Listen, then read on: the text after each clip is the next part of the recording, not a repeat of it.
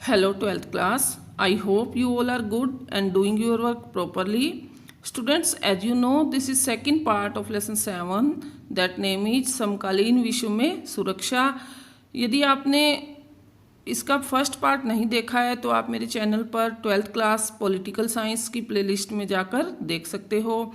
Now I am going to start our new topic which is पारंपरिक धारणा आंतरिक सुरक्षा ऑन पेज नंबर 103.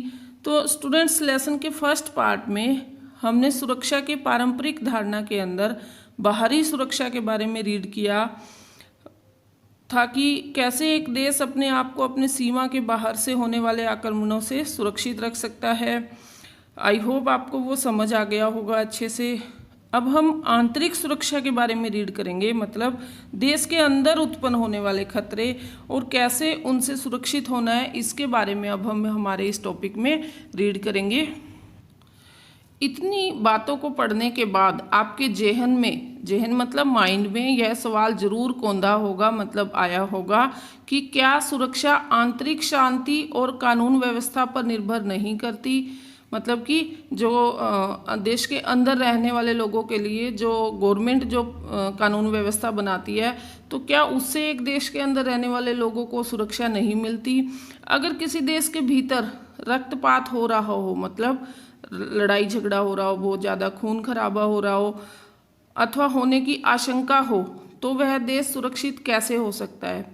यह बाहर के हमलों से निपटने की तैयारी कैसे करेगा जबकि खुद अपनी सीमा के भीतर सुरक्षित नहीं है. तो स्टूडेंट्स, ऐसी कंडीशन कई देशों में आ जाती है कि जो देश के अंदर ही बहुत ज़्यादा खून खराबा होता है, जैसे कि दो धर्मों के बीच लड़ाई, दो जातियों के बीच लड़ाई. तो जब ये जो डिस्प्यूट है, अगर इन्हीं का सॉल्यूशन कोई देश नहीं कर सकता तो वो अपने देश को, अपने देश की जनता को बाहरी आक्रमणों से कैसे बचाएगा. तो सबसे पहले तो उसके लिए यही जरूरी है कि आंतरिक शांति होनी चाहिए.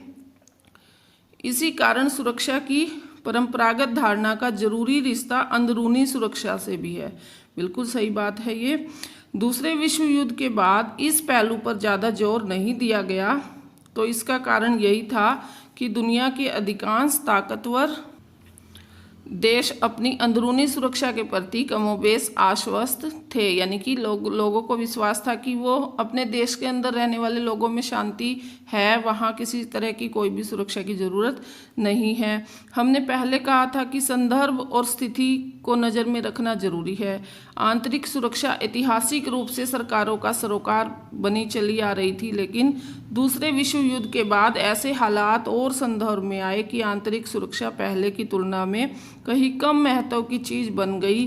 सन 1945 के बाद ऐसा जान पड़ा कि संयुक्त राज्य अमेरिका और सोवियत संघ अपनी सीमा के अंदर एकीकृत और शांति संपन्न है. अधिकांश यूरोपीय देशों, खासकर ताकतवर पश्चिमी मुल्कों के सामने अपनी सीमा के भीतर बसे समुदायों अथवा वर्गों से कोई गंभीर खतरा नहीं था. इस कारण इन देशों ने अपना ध्यान सीमा पार के खतरों पर केंद्रित किया. यानी कि सेकेंड वर्ल्ड वॉर के बाद लोगों के अंदर ये हो गया था कि जैसे ये युद्ध हो रहे हैं कि एक देश दूसरे देश पर अटैक कर रहा है, तो उनका ध्यान जो था वो टोटली क्या था कि बाहरी आक्रमणों से अपने देश को बचाना है. तो इतना उन्होंने ध्यान आंतरिक मामलों में नहीं दिया. इन देशों के सामने बाहरी खतरे क्या थे, यहाँ पर फिर हमें संदर्भ और स्थिति पर ध्यान देना होगा. हम इस बात को जानते हैं कि दूसरे विश्व युद्ध के बाद शीत युद्ध का दौर चला और इस दौर में संयुक्त राष्ट्र अमेरिका के नेतृत्व वाला पश्चिमी गुट तथा सोवियत संघ की अगुवाई वाला साम्यवादी गुट एक दूसरे के आमने सामने थे. तो ये हमने पिछले लेसन में रीड किया था कि कैसे क्या हुआ था शीत युद्ध में. सबसे बड़ी बात यह है कि दोनों गुटों को अपने ऊपर एक दूसरे से सैन्य हमले का भय था. मतलब दोनों ही गुटों ने क्या किया था, अपनी अपनी आर्मी बढ़ा ली थी और इसी आर्मी के हमले का डर था दोनों को. इसके अतिरिक्त कुछ यूरोपीय देशों को अपने उपनिवेशों में उपनिवेशीकृत जनता से खून खराबे की चिंता सता रही थी. यानी कि उपनिवेश, तो स्टूडेंट्स यहाँ मैं इस वर्ड को डिफाइन करूँगी कि उपनिवेश कोई देश तब होता है जब कोई दूसरा देश आकर वहाँ पर अपना राज चलाए। और ये हमारे भारत में भी हुआ था, आपको याद हो तो जब अंग्रेज हमारे भारत में आए थे तो वो टाइम क्या था, वो हमारे देश के लिए औपनिवेशिक टाइम था। तो ये वही खून खराबे की बात कह रहे हैं कि कैसे ब्रिटिशर्स ने हमारे देश में आकर कितना अपना राज चलाया। काफ़ी उन्होंने बहुत ही ऐसी पॉलिसी भी यूज की जिससे कि हमारे इंडियंस को काफ़ी नुकसान हुआ। तो ऐसा सिर्फ हमारे इंडिया में नहीं, ये बहुत से देशों में हुआ। और जैसे जैसे उन लोगों की पावर बढ़ रही थी, जैसे ब्रिटिशर्स की पावर बढ़ रही थी, तो हमारे इंडियंस भी क्या हो गए थे, बहुत ज़्यादा परेशान हो गए थे। और वो क्या चाहते थे, विरोध करना चाहते थे और किया भी। तो यही है कि अब ये लोग क्या चाहते थे, आज़ादी। इस सिलसिले में हम याद करें कि 1950 के दशक में फ्रांस को वियतनाम, अथवा सन 1950 और 60 के दशक में ब्रिटेन को केन्या से जूझना पड़ा। उपनिवेशों ने 1940 के दशक के उत्तरार्ध से आज़ाद होना शुरू किया, यानी कि 1940 के बाद जो जहाँ भी उपनिवेश टाइम चल रहा था वहाँ से आज़ादी होनी शुरू हुई। आपको याद होगा हमारे यहाँ भी 1947 में हमें ब्रिटिशर से क्या मिली, आज़ादी मिली। और उनके सुरक्षा सरोकार अक्सर यूरोपीय ताकतों के समान ही थे। कुछ नव स्वतंत्र देश यूरोपीय ताकतों के समान शीतकालीन गुटों में एक न एक के सदस्य बन गए। ऐसे में इन देशों को जोर पकड़ते शीत युद्ध की चिंता करनी थी और दूसरे खेमे में जाने वाले अपने पड़ोसी देश अथवा दूसरे गुट के नेता यानी कि संयुक्त राज्य अमेरिका या सोवियत संघ से दुश्मनी ठाननी थी, या अमेरिका या सोवियत संघ के किसी साथी देश से वैर मोल लेना था। तो ये था कि स्टूडेंट्स जो देश नए आज़ाद हुए वो उन्हें अब या तो वो इनमें से किसी गुट में वो शामिल हो या फिर इनके किसी विरोध में वो जाए। तो मतलब कि अपने आप को वो किसी न किसी तरीके से तो वो सुरक्षा करने की, अपने आप को सुरक्षित करने की योजना बना ही रहे थे। दूसरे विश्व युद्ध के बाद जितने युद्ध हुए उसमें 1/3 युद्धों के लिए शीत युद्ध जिम्मेदार रहा, यानी कि जो दो बड़े गुटों के बीच युद्ध हुआ जिसमें काफ़ी सारे देश भी शामिल हुए। इनमें से अधिकांश युद्ध तीसरी दुनिया में हुए। जिस तरह विदा होती औपनिवेशिक ताकतों को उपनिवेशों में खून खराबे का भय सता रहा था, उसी तरह आज़ादी के बाद कुछ उपनिवेशित मुल्कों को डर था कि उनके यूरोपीय औपनिवेशिक शासक कहीं उन पर हमला न बोल दें। ऐसे में इन मुल्कों को एक साम्राज्यवादी युद्ध से अपनी रक्षा के लिए तैयारी करनी पड़ी। तो यहाँ जैसे कि ये कह रहा है कि औपनिवेशिक ताकतों को उपनिवेशों में खून खराबे का भय सता रहा था। फॉर एग्जांपल हम हमारे इंडिया का ही लेते हैं, जैसे अंग्रेज़ों को भी लास्ट में उन्हें भी एक डर बैठ गया था कि अब इंडिया वाले जो हैं उन्हें नहीं छोड़ेंगे। तो ये वो डर है कि उस सिचुएशन में वो अपने आप को कैसे सुरक्षित रख सकें। वो ही है कि जैसे जैसे स्टार्टिंग में हमारे इंडियंस ने भी कुछ आंदोलन किए, शांतिपूर्वक आंदोलन भी किए ताकि ब्रिटिशर मान जाएं, बट वो जब नहीं माने तो काफ़ी खून खराबा भी हुआ। फॉर एग्जांपल भगत सिंह का जो एक्शन था, या हम जलियांवाला बाग हत्याकांड ले सकते हैं। तो उसका जो रिप्लाई भगत सिंह ने जो दिया था अपने गुस्से में आकर, तो उन चीज़ों से बहुत सा मतलब एक डर कहीं ना कहीं अंग्रेज़ों के माइंड में भी बैठ गया था कि अगर हम अपनी पॉलिसी या रूल्स को नहीं बदलेंगे तो हमारे साथ इससे भी बुरा हो सकता है। एशिया और अफ्रीका के नव स्वतंत्र देशों के सामने खड़ी सुरक्षा की चुनौतियां यूरोपीय देशों के मुकाबले 2 मायनों में विशिष्ट थी। एक तो इन देशों को अपने पड़ोसी देश में सैन्य हमले की आशंका थी, दूसरे इन्हें अंदरूनी सैन्य संघर्ष की भी चिंता करनी थी, यानी कि बाहर से होने वाले अटैक के लिए भी सुरक्षा थी और अंदर जो माहौल बना हुआ था उसके लिए भी सुरक्षा की। इन देशों को सीमा पार से खतरा तो था ही, खासकर पड़ोसी देशों से, साथ ही भीतर से भी खतरे की आशंका थी। अनेक नव स्वतंत्र देश संयुक्त राज्य अमेरिका या सोवियत संघ अथवा औपनिवेशिक ताकतों से कहीं ज़्यादा अपने पड़ोसी देशों से आशंकित थे, यानी कि इनसे भी ज़्यादा डर उन्हें क्या था कि पड़ोसी देश उनके ऊपर अटैक कर सकते हैं, तो उन्हें इस चीज़ की सुरक्षा करनी थी। इनके बीच सीमा रेखा और भू अक्षेत्र अथवा आबादी पर नियंत्रण को लेकर या एक एक करके सभी सवालों पर झगड़े हुए। अब सीमा रेखा की बात करते हैं स्टूडेंट्स, या भू अक्षेत्र की। तो जैसे ही हमारा देश आज़ाद हुआ जब ब्रिटिशर्स से तो वो आज़ाद हो गया, लेकिन देश के अंदर एक अलग टाइप की फूट पड़ी। वो आपको याद होगा कि भारत और पाकिस्तान का क्या हो गया, बंटवारा हो गया, तो उससे भी बहुत ही नुकसान हुआ। तो यहाँ भी जब बंटवारे के बाद जब पाकिस्तान से लोग जब अपने भारत में आ गए तो उनके लिए सुरक्षा, उनके रहने की जगह, उनको काम देना, तो ये बहुत से सुरक्षा के मायने यहाँ खड़े हो गए थे। अलग राष्ट्र बनाने पर तुल अंदर के अलगाववादी आंदोलनों से भी इन देशों को खतरा था। यानी अलग राष्ट्र बनाने पर मतलब पाकिस्तान भी क्या बना, एक अलग राष्ट्र बना। तो ये वही है, कोई पड़ोसी मुल्क ऐसे अलगाववादी आंदोलनों को हवा दे अथवा उसकी सहायता करे तो दो पड़ोसी देशों के बीच तनाव की स्थिति बनती है। विश्व के सशस्त्र संघर्षों में 95% अब आंतरिक युद्ध के अंतर्गत है। सन 1946 से 91 के बीच गृह युद्धों की संख्या में दोगुनी वृद्धि हुई है, जो पिछले 200 वर्षों में सबसे लंबी छलांग है। इस तरह पड़ोसी देशों से युद्ध और आंतरिक संघर्ष नव स्वतंत्र देशों के सामने सुरक्षा की सबसे बड़ी चुनौती थी। अब जैसे अब की भी लगा लो, अगर हम अब की बात करते हैं तो पाकिस्तान को लेकर अब भी हमारा डिस्प्यूट चल ही रहा है। और चलो वो डिस्प्यूट तो चलो बाहरी है हमारा, लेकिन पाकिस्तान की वजह से हमारे इंडिया में भी काफ़ी बार हिंदू और मुस्लिम के बीच काफ़ी ऐसा माहौल बन जाता है लड़ाई झगड़े वाला। तो ये हमारा क्या हुआ, आंतरिक मामला, जिसके लिए हमें क्या होना चाहिए, सुरक्षित होना चाहिए। तो ये उसी की बात हो रही है यहाँ।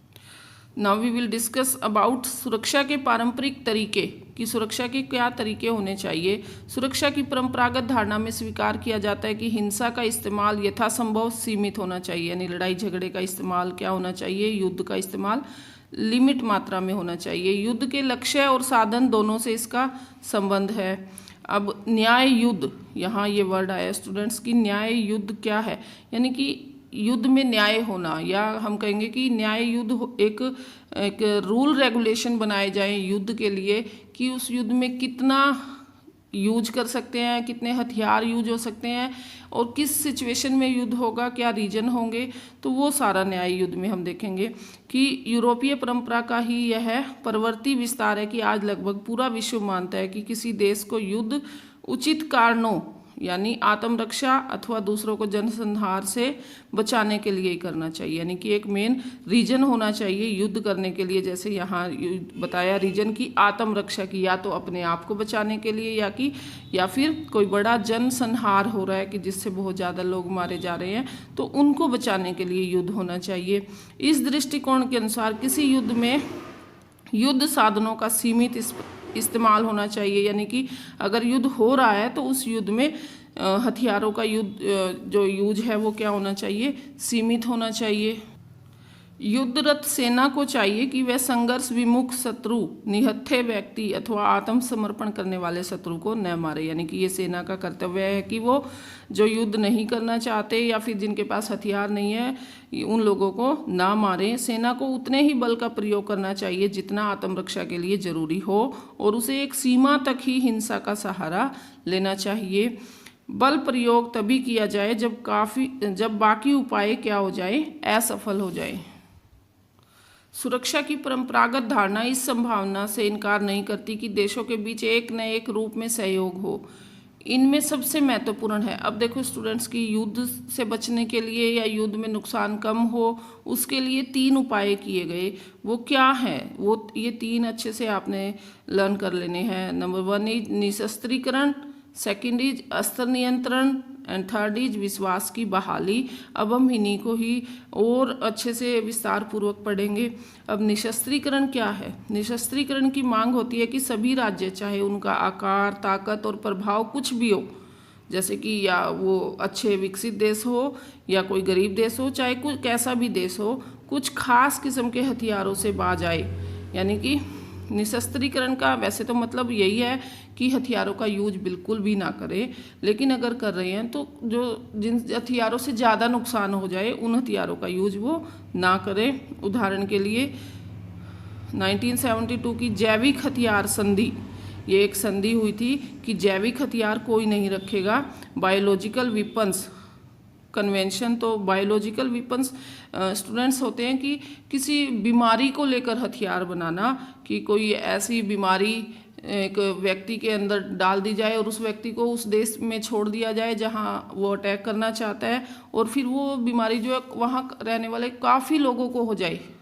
तो ऐसी कई केस हैं युद्ध जिन जो हाँ हमें सुनने को मिला है कि बीमारियों को भी युद्ध के लिए क्या बनाया गया है, हथियार बनाया गया है। जब लोग बीमार हो जाएंगे, लोगों के अंदर हिम्मत ही नहीं होगी, तो वो युद्ध कैसे लड़ेंगे, तो ऑब्वियसली वो देश क्या हो जाएगा, हार जाएगा। तो ये वो विपन्स की बात हो रही है यहाँ।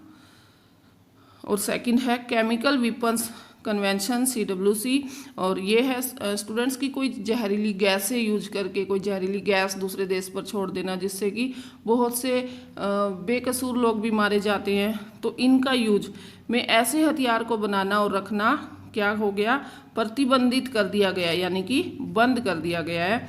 और 155 से ज़्यादा देशों ने BWC संधि पर और 181 देशों ने CWC संधि पर क्या किए, हस्ताक्षर किए, यानी इन देशों ने ये एक्सेप्ट किया है, माना है कि ये इसको फॉलो करेंगे और ऐसे हथियार अपने पास नहीं रखेंगे या इनका यूज नहीं करेंगे। इन दोनों संधियों पर दस्तखत करने वालों में सभी महाशक्तियाँ शामिल हैं, लेकिन महाशक्तियाँ अमेरिका तथा सोवियत संघ सामूहिक संहार के स्तर यानी परमाणविक हथियार का विकल्प नहीं छोड़ना चाहती थी। यानी ये दोनों ही जो बड़ी शक्तियां हैं ये दोनों ही परमाणु बम रखना चाहती थी, इसलिए दोनों ने अस्त्र नियंत्रण का सहारा लिया। यानी कि हमारा जो सेकंड पॉइंट था, हमने ऊपर निशस्त्रीकरण का पढ़ा, यहाँ सेकंड पॉइंट की बात हो रही है कि उन्होंने अस्त्र नियंत्रण का सहारा लिया कि एक ऐसा लेवल बनाया जाए कि इसके ऊपर वो नहीं रखेंगे, यानी कि लास्ट जो हथियार होगा उनका परमाणु हथियार होगा, इसके बाद वो और इससे ज़्यादा खतरनाक हथियार नहीं रखेंगे। अस्त्र नियंत्रण के अंतर्गत हथियारों को विकसित करने तथा उनको हासिल करने के संबंध में कुछ कायदे कानूनों का पालन करना पड़ता है। सन 1972 की एंटी बैलिस्टिक मिसाइल संधि ने अमेरिका और सोवियत संघ को बैलिस्टिक मिसाइलों को रक्षा कवच के रूप में इस्तेमाल करने से रोका। यानी कि ये बड़ी मिसाइल्स होती हैं स्टूडेंट्स, और ये ऐसी मिसाइल है कि एक बार इनको दाग दिया जाए और ये जिस देश पर जाकर अटैक करेगी वहाँ बहुत ज़्यादा जान माल का नुकसान होगा। तो इस पर क्या किया गया, रोक लगाया गया। ऐसे प्रक्षेप पात्रों से हमले की सुरक्षा की जा सकती थी। संधि में दोनों देशों को सीमित संख्या में ऐसी रक्षा प्रणाली तैनात करने की अनुमति थी, लेकिन इस संधि ने दोनों देशों को ऐसी रक्षा प्रणाली के व्यापक उत्पादन से रोक दिया। यानी कि इस तरह की जो भी रक्षा प्रणाली है इसका वो ज़्यादा इसको नहीं बनाएंगे, ज़्यादा मात्रा में, लिमिट में ही इसको यूज करेंगे। जैसा कि हमने अध्याय 1 में देखा है, अमेरिका और सोवियत संघ ने अस्त्र नियंत्रण की कई अन्य संधियों पर हस्ताक्षर किए, जिसमें सामरिक अस्त्र परिसीमन संधि 2 और सामरिक अस्त्र न्यूनीकरण संधि, आर्म्स रिडक्शन ट्रीटी शामिल है। परमाणु अपसार संधि, प्रोलिफरेशन ट्रीटी भी एक अर्थ में अस्त्र नियंत्रण संधि ही थी, क्योंकि इसने परमाणविक हथियारों के उपार्जन को कायदे कानून के दायरे में ला खड़ा किया, यानी इनको बनाने का रूल रेगुलेशन बनाया गया। जिन देशों ने सन 1967 से पहले परमाणु हथियार बना लिए थे या उनका परीक्षण कर लिया था, उन्हें इस संधि के अंतर्गत इन हथियारों को रखने की अनुमति दी गई। जो देश सन 1967 तक ऐसा नहीं कर पाए थे उन्हें ऐसे हथियारों को हासिल करने के अधिकार से वंचित किया गया। परमाणु अप्रसार संधि ने परमाणविक आयुधों को समाप्त तो नहीं किया, लेकिन इन्हें हासिल कर सकने वाले देशों की संख्या जरूर कम की। सुरक्षा की पारंपरिक धारणा में यह बात भी मानी गई कि विश्वास बहाली। अब हम थर्ड पॉइंट पर आ गए हैं स्टूडेंट्स, हमारा यहाँ ये क्या है, विश्वास बहाली, यानी कि विश्वास बनाना, एक देश दूसरे देश के प्रति विश्वास बनाए तो के उपाय से देशों के बीच हिंसाचार कम किया जा सकता है। विश्वास बहाली की प्रक्रिया में सैन्य टकराव और प्रतिद्वंद्विता वाले देश सूचनाओं तथा विचारों के नियमित आदान प्रदान का फैसला करते हैं। तो स्टूडेंट्स ये मैं थोड़ा एक्सप्लेन कर लूँ। जैसे कि आपने अभी न्यूज़ में देखा होगा कि जब चाइना और इंडिया के बीच अभी थोड़े दिन पहले कुछ एक डिस्प्यूट हुआ था, तो उसमें आपने कभी नोटिस किया कि न्यूज़ चैनल पर ना सारा दिखा रहे थे कि कैसे टकराव हुआ या फिर कैसे क्या सिचुएशन बनी है वहाँ पर। तो ये मीडिया के थ्रू, यानी कि न्यूज के द्वारा, मीडिया के थ्रू अपने विचारों को नियमित आदान प्रदान का फैसला करते हैं। किसमें? विश्वास बहाली में। यानी कि आपने उसमें न्यूज में सुना होगा कि चाइना की जो सेना है वो समझौते के लिए तैयार है, या इंडिया में जो है वो बातचीत के लिए गए हैं। ऐसी जो न्यूज है वो आदान प्रदान करते हैं एक दूसरे का। दो देश एक दूसरे को अपने फौजी मकसद तथा एक हद तक अपनी सैन्य योजनाओं के बारे में बताते हैं। यानी दोनों देश क्या करते हैं? अपनी सभी योजनाओं के बारे में एक दूसरे को बताते हैं। ऐसा करके ये देश अपने प्रतिद्वंदी को इस बात का आश्वासन देते हैं कि उनकी तरफ से औचक हमले की योजना नहीं बनाई जा रही। मतलब अचानक से किसी हमले की योजना नहीं बनाई जा रही। देश एक दूसरे को यह भी बताते हैं कि उनके पास किस तरह के सैन्य बल है। यानी कि न्यूज में काफ़ी बार देखने को मिलता है कि भारत दिखाता है या कोई भी देश है वो अपने पास होने वाले सभी हथियारों को दिखाता है, मिसाइल्स को दिखाता है। तो वो दोनों देश अपने आप को न्यूज में ये दिखाएंगे। वे यह भी बता सकते हैं कि इन बलों को कहाँ तैनात किया जा रहा है। संक्षेप में कहें तो विश्वासी बहाली की प्रक्रिया यह सुनिश्चित करती है कि प्रतिद्वंदी देश किसी गलतफहमी या गफलत में पड़कर जंग के लिए आमदा न हो जाए। मतलब कि देश किसी गलतफहमी में आकर एक देश दूसरे देश पर अटैक ना कर दे। तो यही विश्वास बहाली है स्टूडेंट्स। कुल मिलाकर देखें तो सुरक्षा की परंपरागत धारणा मुख्य रूप से सैन्य बल के प्रयोग अथवा सैन्य बल के प्रयोग की आशंका से संबंध है। सुरक्षा की पारंपरिक धारणा में माना जाता है कि सैन्य बल से सुरक्षा को खतरा पहुंचता है और सैन्य बल से ही सुरक्षा को कायम रखा जा सकता है। यानी कि सेना के साथ ही हम सुरक्षित रह सकते हैं, और सेना ही क्या बन सकती है? एक देश की सेना दूसरे देश के लिए क्या बन सकती है? खतरा बन सकती है। और उस देश की अपनी सेना उसके लिए क्या बन सकती है? सुरक्षा बन सकती है। तो स्टूडेंट्स, हमने यहाँ पारंपरिक सुरक्षा के अंतर्गत आंतरिक सुरक्षा के बारे में रीड किया। आई होप ये अच्छे से समझ आ गया होगा। आपने यहाँ तक सभी इंपॉर्टेंट पॉइंट्स लर्न कर लेने हैं कि जैसे कि what is the difference between बाहरी सुरक्षा एंड आंतरिक सुरक्षा, और इनके अंदर क्या क्या आते हैं। जैसे हमने 3 पॉइंट्स यहाँ डिस्कस किए थे, वो थे निशस्त्रीकरण, अस्त्र नियंत्रण एंड विश्वास की बहाली। तो ये सभी इंपॉर्टेंट पॉइंट्स हैं स्टूडेंट्स, आपने इनको लर्न कर लेना है। और यदि आपको ये अच्छे से समझ आया है तो please like, share and subscribe my channel. And thanks for watching. हम मिलते हैं हमारी नेक्स्ट वीडियो में।